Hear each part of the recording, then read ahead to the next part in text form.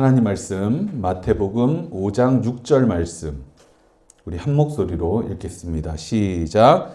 의에 줄이고 목마른 사람은 복이 있다. 그들이 배부를 것이다. 아멘.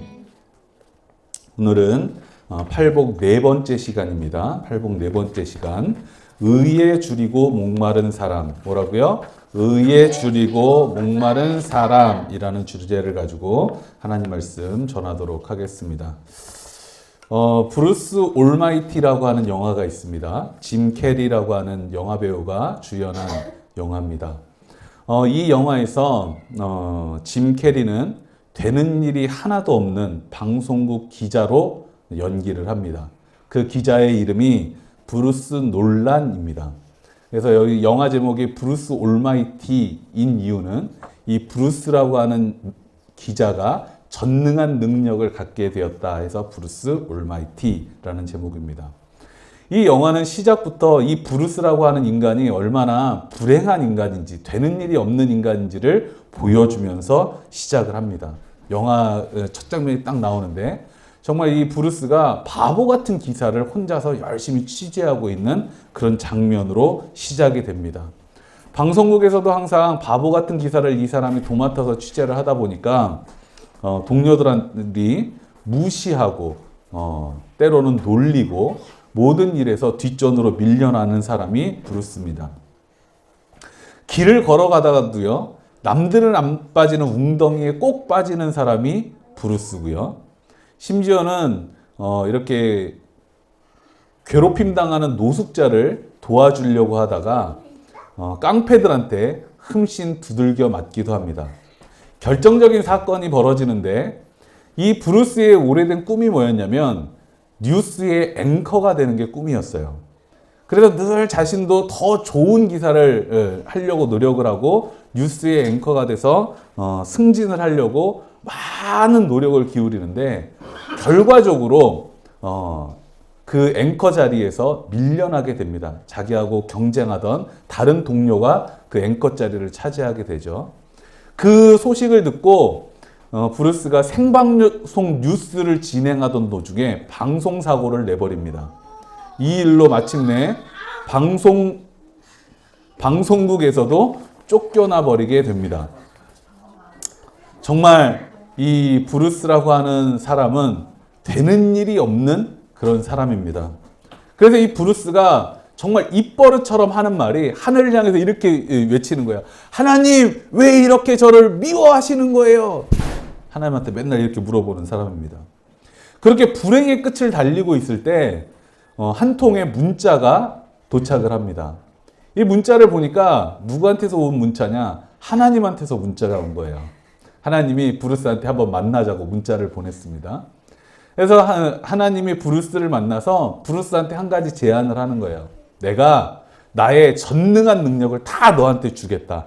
대신에 내가 해야 될 업무는 네가 처리를 해라. 이렇게 제안을 한 거예요. 그래서 이 브루스가 너무나도 혹하는 제안이잖아요. 야, 하나님의 전능한 나의 능력을 나에게 주신다니. 그러니까 뒤에 업무를 처리해야 한다는 거는 까맣게 잊어버리고 그 제안을 덥석 받아버리는 거예요. 그 제안을 받고 나니까 하나님의 가장 중요한 업무가 뭐냐면 사람들의 기도를 처리하는 거거든요. 근데 이 기도가 브루스한테 어떻게 도착을 하냐면 이메일로 도착을 하는 겁니다. 사람들이 기도를 하면 그 기도가 브루스의 컴퓨터에 이메일로 막 쏟아져 들어오는 거예요. 근데 그 기도가 하루에도 수억 통씩, 수십억 통씩 쏟아지는데 기도 제목이 대체로 비슷합니다. 로또 1등에 당첨되게 해주세요. 승진하게 해주세요. 병이 낫게 해주세요. 특히나 어린이들은 자기가 갖고 있는 선물을 꼭 갖고 싶으니까 저한테 주세요. 이런 기도가 매일매일 막 수십억 통씩 막 쏟아지는 거예요. 그러니까 브루스가 처음에는 이 메일들을, 이 기도를 좀 검토를 하려고 시도를 하다가 야, 이거 도저히 검토할 수 없다는 걸 자기가 깨닫게 됩니다. 어떻게 하냐면 이 자기한테 도착한 기도를 싹 모아가지고 한꺼번에 일괄로 OK 버튼을 딱 눌러버리는 거예요. 그러니까 모든 기도가 한꺼번에 다 이루어지는 거죠. 그렇게 되니까 어떤 일이 벌어지겠어요? 로또가 발표될 때마다 로또 1등 당첨자가 막 수만 명, 수십만 명씩 막 나오는 거예요. 수백만 명이 나오고. 거기서 끝나면 좋은데 모든 회사에서 모든 직장인들이 막 승진을 하는 거예요. 한날 한시에 막 승진을 하고. 막 병원에 누워있던 불치병 환자가 한날 한시에 막 치유가 돼가지고 막 일어나 버리고. 어린이들한테 막 선물 폭탄이 막 쏟아지고 이런 일이 벌어지는 겁니다. 한번 상상을 해보십시오. 이런 일이 정말로 벌어진다 그러면 이게 행운일까요? 혼란일까요? 정말 엄청난 혼란이 오겠죠. 뭐 수십만 명씩 막 1등에 당첨되는 로또가 무슨 가치가 있겠어요. 휴지 조각만도 못한 거지.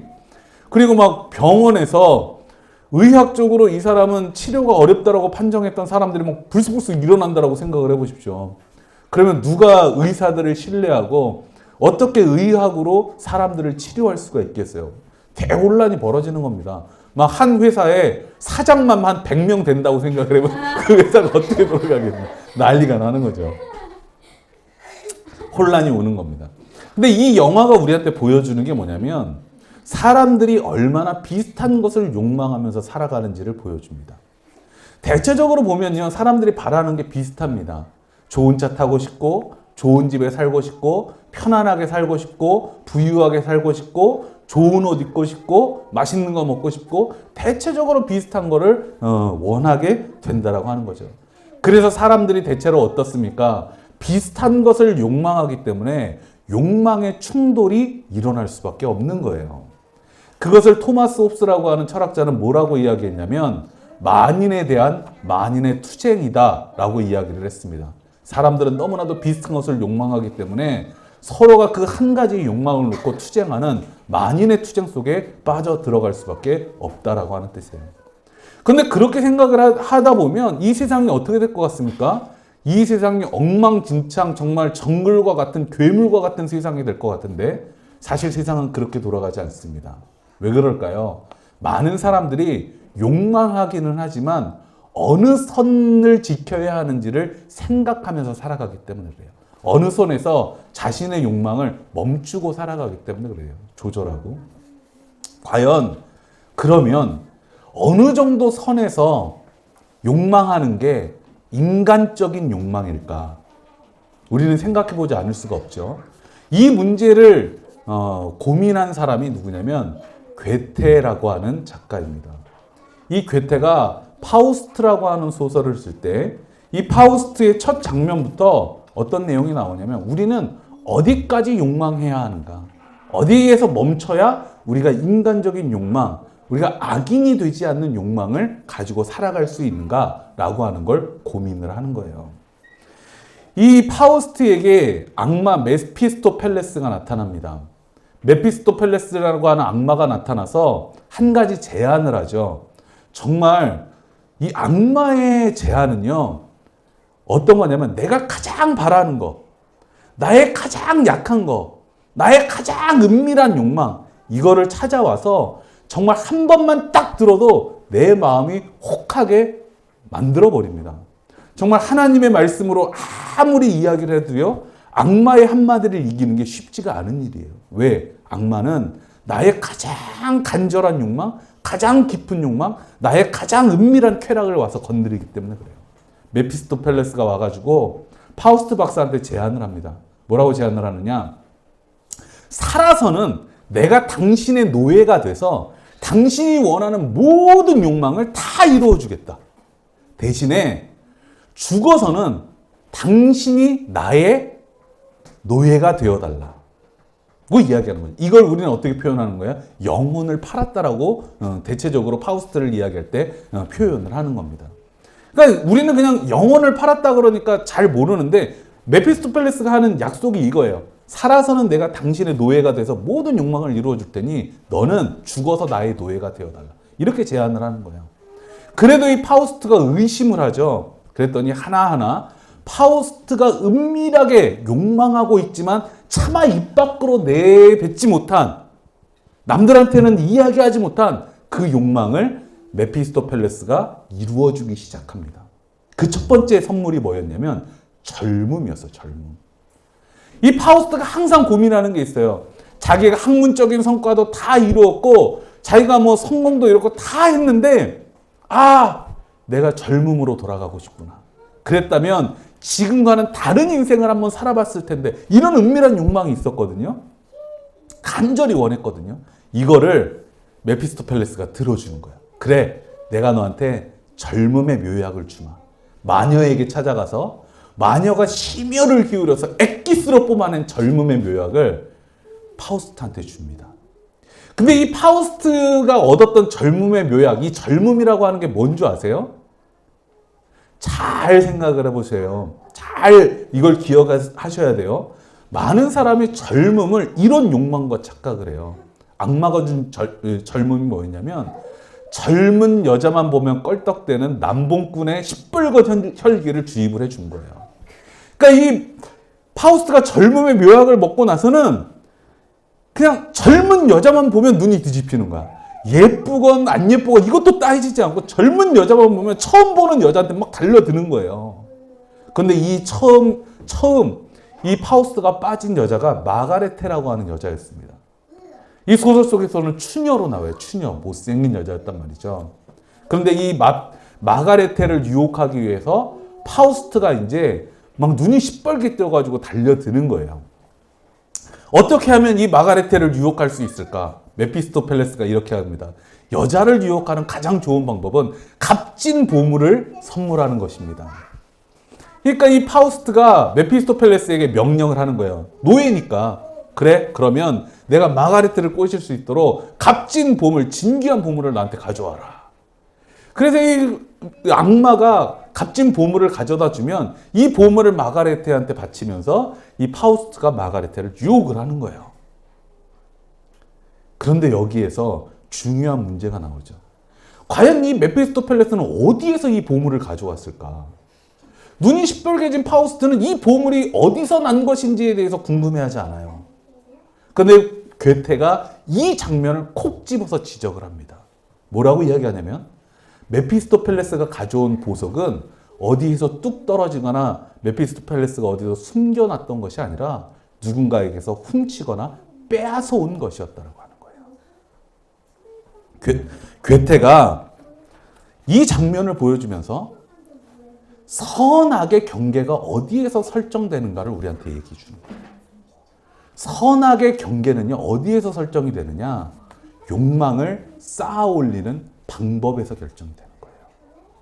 괴테는 우리한테 욕망하지 말라고 이야기하지 않습니다. 인간은 욕망할 수밖에 없는 존재예요. 욕망하면서 살아갈 수밖에 없어요. 그런데 이 욕망이 누군가의 눈물 위에 쌓아 올린 욕망이 되어서는 안 된다라고 하는 거죠. 누군가의 상처 위에 쌓아 올린 욕망이 되어서는 안 되고 내가 욕망을 쌓아 올리느라 누군가를 피해자로 만들어서는 안 된다라고 하는 거예요. 이게 우리가 인간답게 무언가를 욕망할 수 있는 선이다라고 하는 겁니다. 이 문제는요, 우리가 지켜야 될 의로움과도 굉장히 관련이 깊어요. 관련이 깊어요. 예수님께서 오늘 우리에게 의에 줄이고 목마른 자가 되라고 말씀하셨습니다. 근데 여기에서 말하는 의로움이라고 하는 건 헬라어로 디카이오시네라고 하는 단어예요. 이 디카이오시네는 어떤 의로움을 말하는 거냐면 완전한 의로움, 깨끗한 거, 뭐 흠이 아주 없는 거, 율법을 완전하게 지키는 거, 이런 걸 디카이오시네라고 이야기를 하는 겁니다. 그런데 저는 이런 예수님이 말씀하신 이 의로움을 헬라적인 관념으로 해석하는 걸 반대합니다. 옳지 않아요. 우리가 성경을 읽을 때 주의해야 되는 게 뭐냐면요. 성경은요, 동양인이었던 히브리 사람들이 쓴 책이라고 하는 걸 잊어서는 안 되는 거예요. 이 히브리적인 사유 속에서 이 유대인들은 성경, 하나님 말씀을 기록하게 되는데 히브리적인 사유의 영향을 받지 않을 수가 없는 거죠. 이들은 동양인이었고 이들의 생각은 북아프리카와 동양의 사고에 뿌리를 내리고 있었다라고 하는 겁니다. 그런데 이 기독교가 로마의 종교가 되면서 로마가 서방 기독교를 만들 때 기독교, 이 성경 말씀, 기독교 전체를 플라톤주의적으로 해석을 해요. 그래서 오늘날 우리가 믿는 기독교를 만들어내는 겁니다. 그래서 우리는 항상 성경을 읽을 때 이 히브리인들이 사유했던 히브리적인 사고와 플라톤주의 사이에 간극이 있겠구나라고 하는 걸 생각하고 읽어야 되는 겁니다. 그런데 이 플라톤주의의 핵심이 뭐냐면 이데아론이라고 하는 거예요. 여기에서 이데아라고 하는 건 어떤 것이냐면 무엇이든지 모든 것에 대해서 우리가 완전 무결하다라고 생각할 수 있는 그것에 대한 관념을 이데아라고 하는 거예요. 예를 들어서 의자를 예를 들어 봅시다. 우리는 보통 의자라고 하면 뭘 생각하죠? 내가 편안히 앉을 수 있는 도구라고 생각을 하잖아요. 그리고 우리는 의자에 대해서 생각하는 것보다 내 앞에 내가 지금 앉을 수 있는 의자가 있는 걸 중요하게 생각을 합니다. 제가 버스를 타고 이렇게 출퇴근을 하잖아요. 버스를 타고 출퇴근할 때 내 앞에 의자가 아무리 많이 있어도요, 내가 앉을 의자가 없으면 이건 아무런 소용이 없는 거예요. 그렇죠?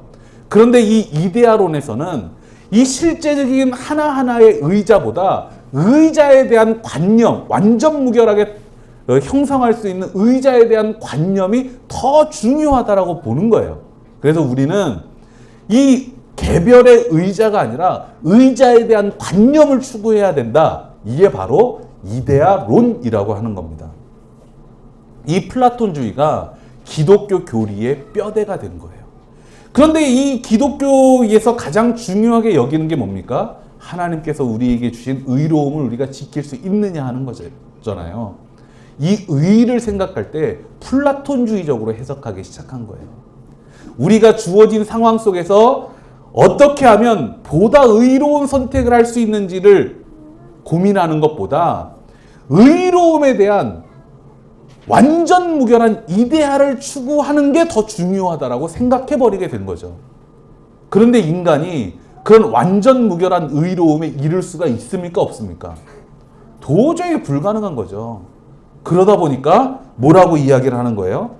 우리는 아무리 노력해도 완전 무결한 의에 이룰 수 없으니 의로워지려고 하는 노력은 다 부질없는 짓이고 우리는 행위가 아니라 믿음으로만 구원받을 수 있다. 이렇게 흘러가 버리게 된 거예요. 이게 지금까지 서방 기독교가 구축하고 있는 신학의 기본 전제입니다. 그러나 우리는 예수님께서 말씀하신 이 의로움이라고 하는 게 정말 누구도 도달할 수 없는 순백의 관념적인 의로움인가 한번 생각을 해봐야 돼요. 오늘 말씀에서 예수님이 뭐라고 말씀하셨습니까? 의에 줄이고 목마른 사람은 복이 있다. 그 다음에 뭐라고 나와요? 그 사람은 배가 부르게 될 것이다 라고 나와요. 근데 여기에서 말하는 배부름이라고 하는 건 부자가 된다는 뜻이 아니에요. 우리는 항상 세속적으로 생각을 하잖아요. 너희가 땅을 갖게 될 것이다 라고 생각하면 우리는 부동산을 떠올리고 배부를 것이다 라고 생각하면 부자가 되는 걸 떠올리고 막 이런 걸 떠올리잖아. 그게 아니라 여기서 말씀하시는 배부름이라고 하는 건 우리가 의로 인해서 배불러지는 것. 다시 말하면 내 앞에서 내가 그토록 바라고 추구하던 의가 충분하게 실현되는 상황을 말씀해 주시는 거예요. 그러니까 우리가 예수 그리스도의 의를 추구하면 그 의가 우리의 목전에서 실현되고 말 것이다라고 하는 겁니다. 그렇다면 그 의가 뭐겠어요? 우리가 조금만 더 노력하면 지킬 수 있는 의로움. 우리 앞에서 실현 가능한 현실적인 의로움이라고 하는 뜻이에요. 무슨 뜻인지 알겠어요? 예수님께서 말씀하신 의로움은 그런 거라고 하는 거죠. 어떤 관념의 의로움은 완전한 순백의 의로움이 아니라 우리는 의로움을 현실화시키지 못하는 종교는 관념에 불과하다는 걸 알아야 됩니다. 그런 종교는요, 지배 이데올로기가 될 수는 있어도 세상은 구원할 수가 없는 거예요. 아무리 의로움을 얘기를 해도 그 종교를 믿는 그 누구도 지킬 수가 없는데 그 의로움으로 어떻게 세상을 변화시킬 수가 있습니까? 그 의로움을 우리가 지킬 수 있고 실현할 수 있어야 세상을 구원할 수가 있는 거죠. 그래서 우리가 예수님의 의로움이 무엇인가 한마디로 정리해보자 그러면 그거는 어떤 순백의 의로움을 이야기하는 게 아니라 사랑을 뜻하는 거예요. 뭐라고요? 사랑을 뜻하고. 예수님이 말씀하신 의로움은요, 사랑이에요. 그런데 이 사랑을 우리는 다각도에서 이야기할 수가 있잖아요. 그런데 오늘은 괴테의 생각을 빌려서 한번 얘기를 해보자고요. 예수님께서 말씀하신 의로움, 그 사랑은 뭘까? 그건 뭐냐면 우리가 살아가면서 욕망할 수밖에 없는 존재가 우리들인데 타인에게 피해를 입히지 않는 선에서, 타인에게 상처를 입히지 않는 선에서, 타인에게 눈물을 흘리도록 하지 않는 그 선에서 욕망하자는 거예요. 그리고 또 하나가 있습니다. 상처 입은 사람들과 함께 아파하자는 겁니다. 그게 바로 하나님께서, 예수님께서 우리에게 그 의로움 속에 원하시는 사랑이라고 하는 겁니다. 다시 한번 말씀드릴게요. 예수님께서 의로움 속에서 원하시는 사랑은 뭐냐? 너희가 욕망하되 그 욕망을 타인의 상처 위에 쌓아 올리지 말라는 거예요. 또 하나, 우리 주변에는 상처 입은 사람들이 참 많은데 그들과 함께 아파하는 사람이 되라고 하는 겁니다. 지혜로운 사람은요, 무관심이 얼마나 큰 상처인지를 압니다. 그렇죠? 사랑의 반대말은요, 미움이 아니에요. 사랑의 반대말은 뭐죠? 무관심이에요. 무관심. 그래서 아이를 키우다 보면, 혹은 아이에 대해서 이렇게 배우다 보면 아이를 망가뜨리는 가장 쉽고 확실한 방법이 있습니다. 뭔지 아세요? 아이가 넘어졌을 때 아무도 관심을 갖지 않고 일으켜주지 않는 거예요. 그러면 그 아이는 반드시 망가집니다. 그 아이는 반드시 헤어날 수 없는 상처를 입게 됩니다. 왜 그래요?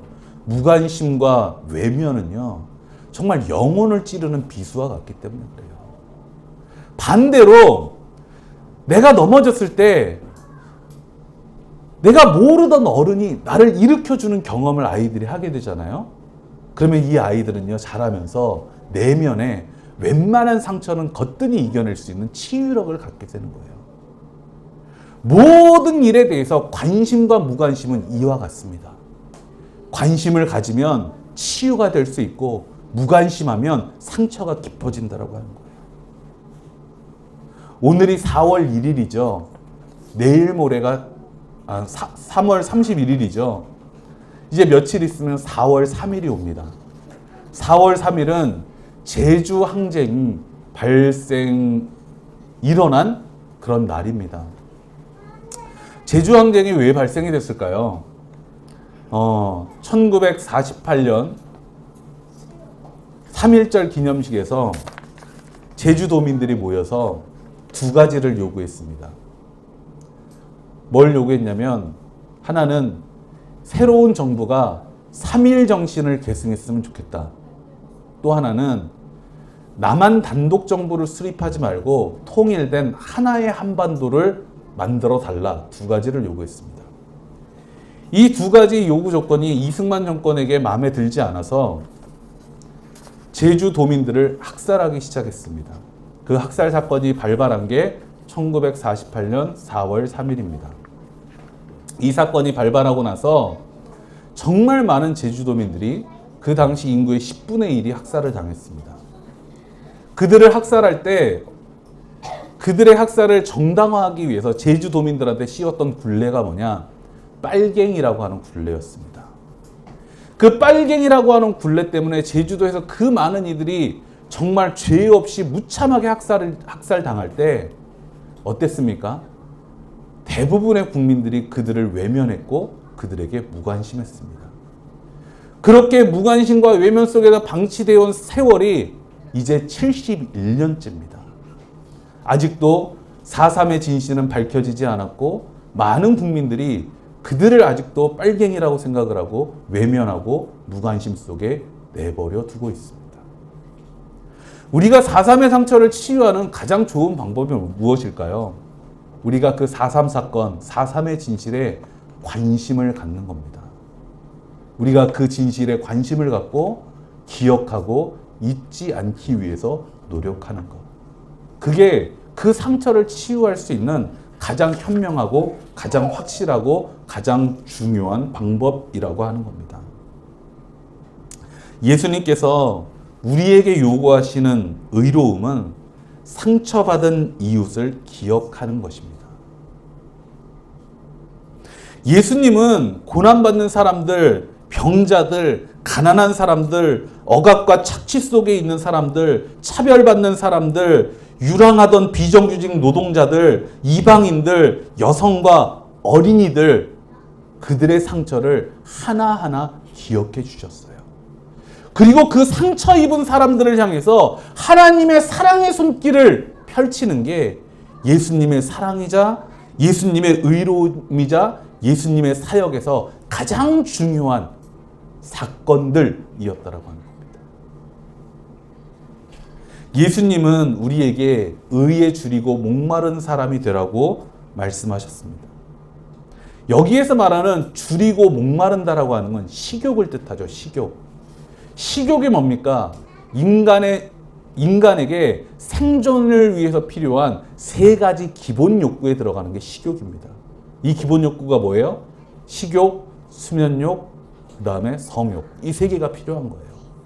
이걸 인간의 기본 욕구라고 하는 겁니다. 없으면 살 수 없는 것. 이것으로 살아가게 되는 것. 생존에 꼭 필요한 것. 주님께서 우리에게 요구하시는 의로움이라고 하는 건 이런 거예요. 의로움을 내가 생존에 꼭 필요한, 없으면 생존이 불가능한 그런 욕구로 여기고 살아가는 것. 그리스도인들에게요, 의로움은 선택사항이 아닙니다. 그리스도인의 생명과도 같은 것. 그리스도인을 그리스도인답게 하는 게 예수님께서 우리에게 요구하신 의로움이라고 하는 뜻입니다. 그렇게 살아가는 사람이 의에 줄이고 목마른 사람이에요. 예수님께서 이렇게 약속하십니다. 의에 줄이고 목마른 사람은 복이 있다. 하나님께서 그들의 목전에서 의가 이루어지는 것을 보게 하실 것이다. 하나님께서 그들의 목전에서 그들이 그토록 바라고 추구하던 의로움을 실현시켜 주실 것이다. 이웃의 상처를 기억하는 사람, 그 사람이 복 있는 사람입니다. 우리 함께 기도하겠습니다.